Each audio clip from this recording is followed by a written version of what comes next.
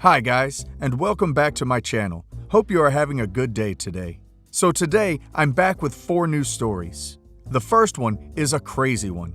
So OP is planning on marrying her stepbrother, but hides it from her dad because she thinks he and her stepmother, mother of the fiancé, won't be happy about the marriage. Oh yes, she was right. They weren't happy. So let's get into the story. Okay. So my fiancé and I have a bit of weird history together. We first met as family friends. Then our parents had an affair and destroyed 2 families to create their own perfect blended family. The thing is, when my father was caught with his mother, his father, who came from a powerful political family, went guano crazy nuclear on my father and stopped at nothing to ruin his life. He destroyed his career and basically made my father an outcast in the community. My father had to struggle a lot to get back on his feet to support me and his new baby with his new wife. My mother, on the other hand, got remarried to her high school sweetheart after a few years. His father got remarried a couple of years later. Growing up, I lived primarily with my mom and he with his dad. We actually reconnected 4 years ago at our half-sister's memorial service. We instantly hit it off and became great friends. After a year of us being friends, we both realized we had feelings for each other. We also acknowledged that the feelings we had were probably wrong because of our parents' relationship. We felt like we were stepping into the I territory. When I talked to my mom about it, she told me that my feelings for him weren't wrong. She encouraged me to go ahead, and that's what I did. Long story short, we started dating and our relationship became pretty serious really soon. I met his dad. Yeah, the one who destroyed my father's life, and his entire paternal family. His stepmom was very warm to me. I met his younger half-sister, his parental grandparents, aunts, uncles, everyone. He met my mom, stepdad, my half-siblings, and my mom's entire extended family. We soon had a secret engagement party which didn't involve my dad and his mom. We actually hid our relationship from them all this time because we were worried about their reaction. His mom has always hated me. Anyway, we already had a wedding date set, and the plan was to tell them a week before our wedding we are getting married in April. Unfortunately, they came to know about our relationship from an Instagram post that his cousin made. So now I know that they stalk his dad's family members. Well, all hell broke loose. My stepmom is going around telling everyone that I stole her son and that we are committing I. My father has accused my fiancé of trying to ruin their marriage. According to them, by getting married, we are disrespecting the memories of our dead half-sister. My father also feels I'm marrying him only to get back at him. He tells me that I'm an awful daughter for marrying into the evil, powerful, satanic family that ruined his life. My extended family on my father's side also believes I'm betraying my father on multiple fronts. So am I really? Am I the idiot and my fiancé? Okay guys, so what do you think? Is OP an idiot for marrying her stepbrother? I think OP is definitely not the idiot. Also, her fiancé didn't ruin her dad's life.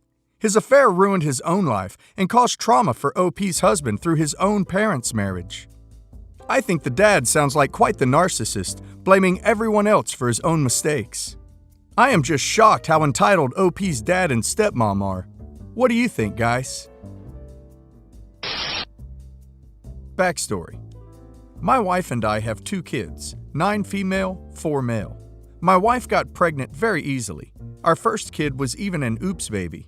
She had relatively easy pregnancies comparatively, and extremely easy labor comparatively. No major complications or anything like that. On the other hand, my brother and his wife have been trying for years and had to endure medical surgeries for my sister-in-law and utilize IVF in order to finally get pregnant after spending who knows how much money. So when they finally got pregnant, they made it a much bigger deal than I would say is typical, even for a first baby for a couple. For example, their baby shower.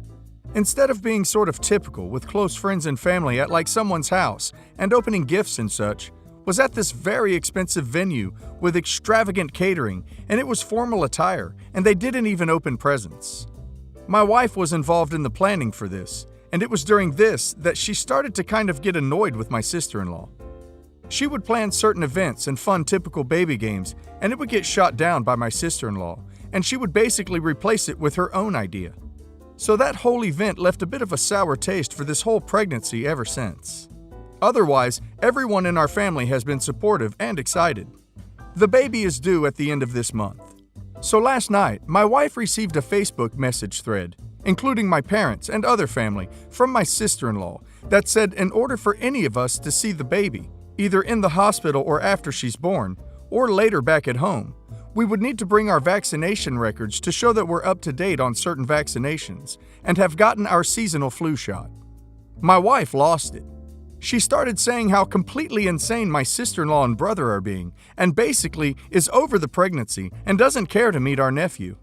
While I said I agree they are being a bit on the extreme side, I can sort of understand how they're like extra precautious because of everything they've been through to even get pregnant. And in all reality, this is probably their one and only chance.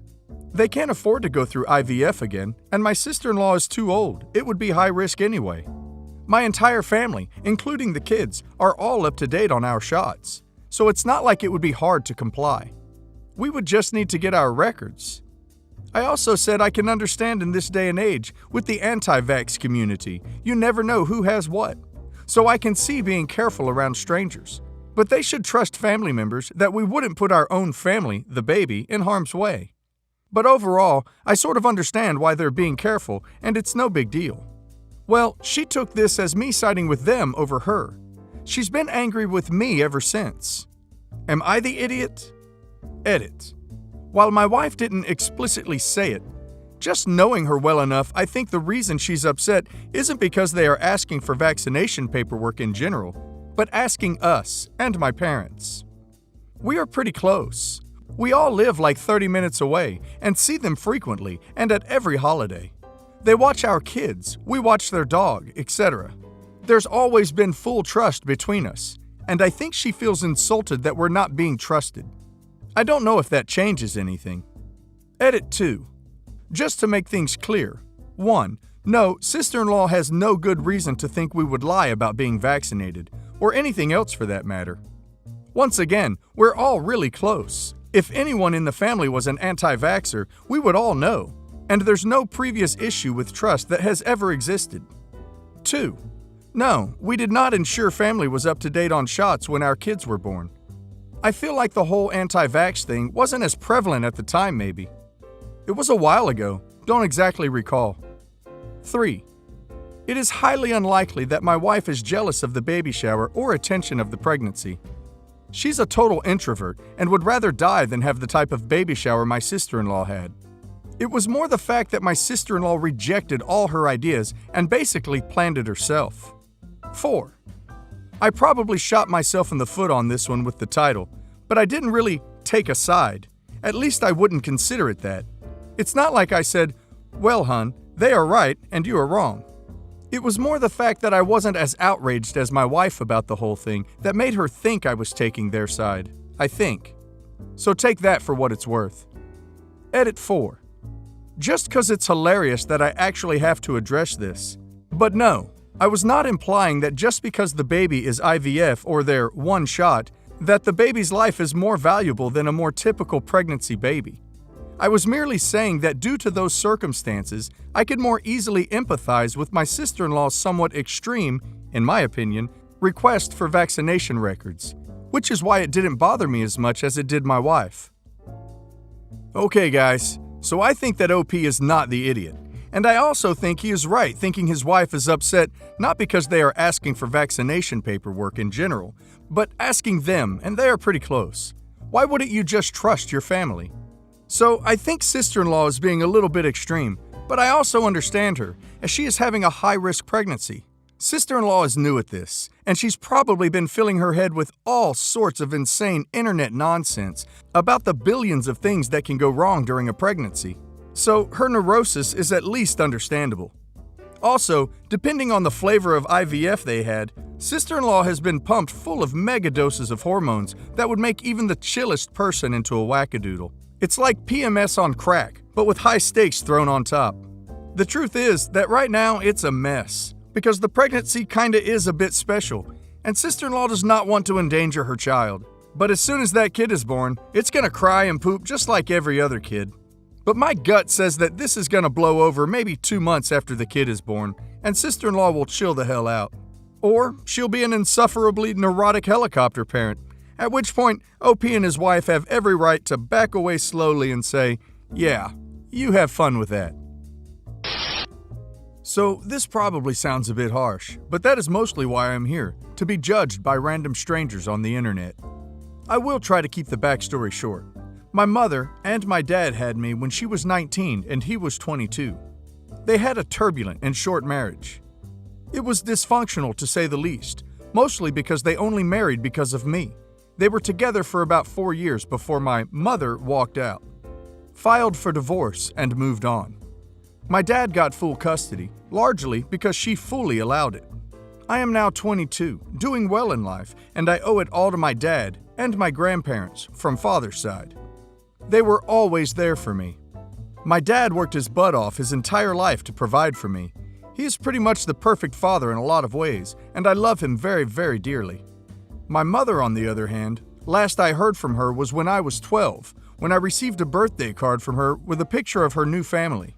Now imagine barely remembering your mother and receiving a birthday card with a picture of the person who was supposed to be your mother, looking happy, surrounded by strangers, and 2 little girls in her and her husband's arms.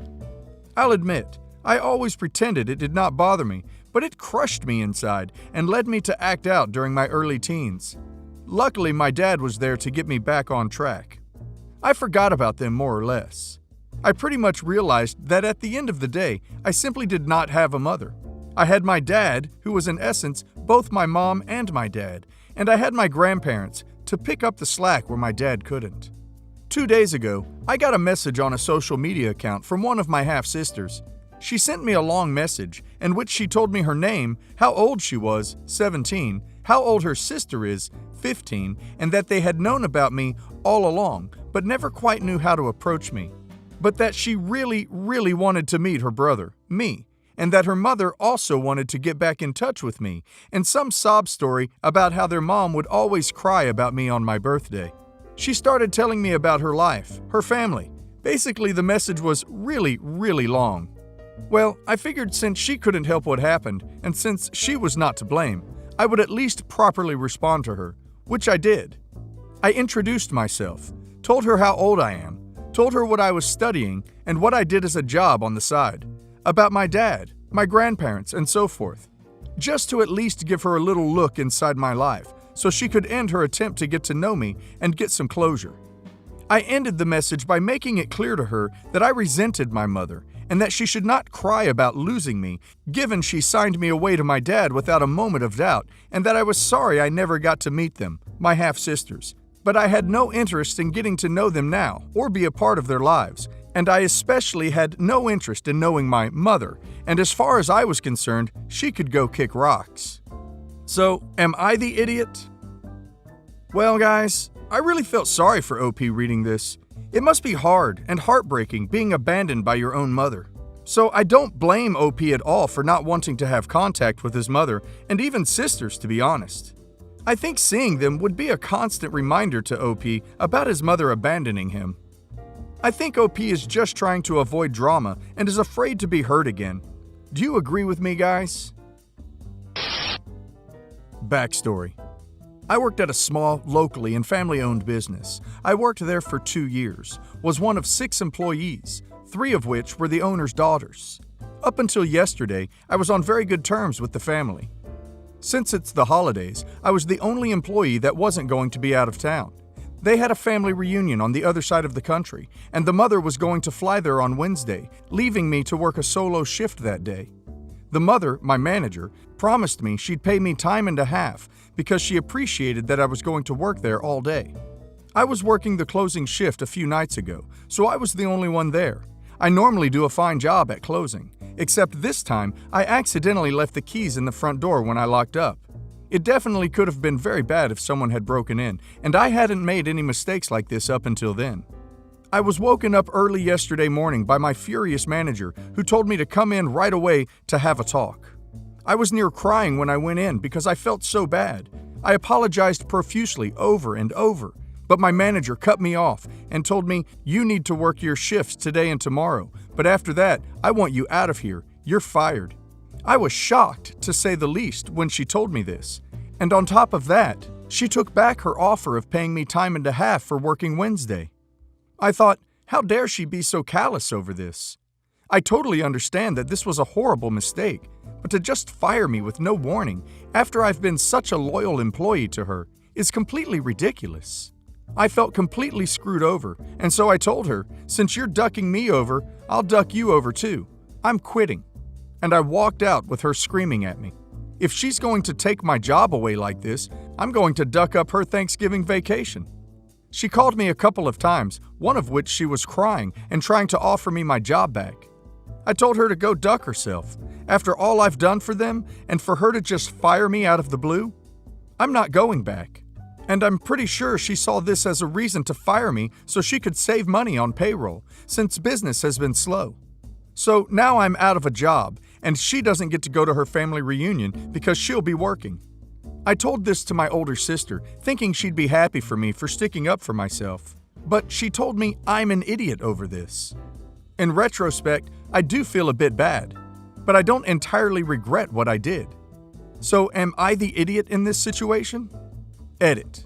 I've been spending Thanksgiving with my fam, trying to get my mind off of what happened a few days ago. I'm going to start looking for new jobs tomorrow. I've been working on my resume in the meantime. Oh, and for those wondering, I have not heard anything from manager or from the rest of the family, and likely won't. Wow, guys, I was laughing so hard at this. You go, girl. It's one of the best revenge stories I've ever heard. OP is definitely not the idiot, but the owner of the shop is a big one. Maybe this will teach the shop owner to be more respectful with her employees. Hopefully.